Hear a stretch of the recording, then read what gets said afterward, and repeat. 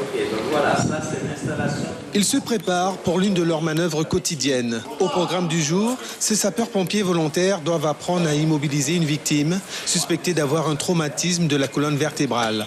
Et la formation secouriste, c'est pas juste apprendre des gestes de survie, ce qui est tout aussi intéressant, mais c'est aussi savoir conditionner une victime en vue de son transport dans de bonnes conditions en milieu hospitalier, de manière à éviter toute aggravation de son état jusqu'à son transport à l'hôpital. Il y a des gestes particuliers, du matériel à mettre en œuvre pour une immobilisation parfaite afin qu'elle soit bien prise en charge. Et cela répond parfaitement aux attentes de ces jeunes volontaires, issus pour la plupart de centres de première intervention dans la vallée du Maroni. Ces stagiaires n'ont qu'une ambition, porter secours et assistance aux victimes, parfois dans des lieux isolés d'un centre de secours. Je suis du village de Loka et Loka est un peu éloigné de Pacheton et le centre de santé se trouve à Pacheton et le temps qu'on appelle les médecins ont bien de trouver un moyen pour aller jusqu'au centre de santé.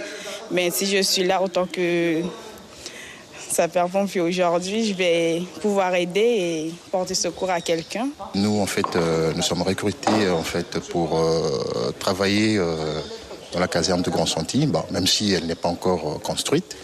Mais apparemment, elle est en cours. Donc là, ils nous forment pour que le jour J, il y a des personnels prêts employés dans la caserne. Attention pour tourner. Depuis mardi, des cours théoriques, mais aussi des ateliers de moyens de communication, de la tenue de feu ou aide aux victimes sont des priorités pour le groupement territorial ouest du SDIS Guyane.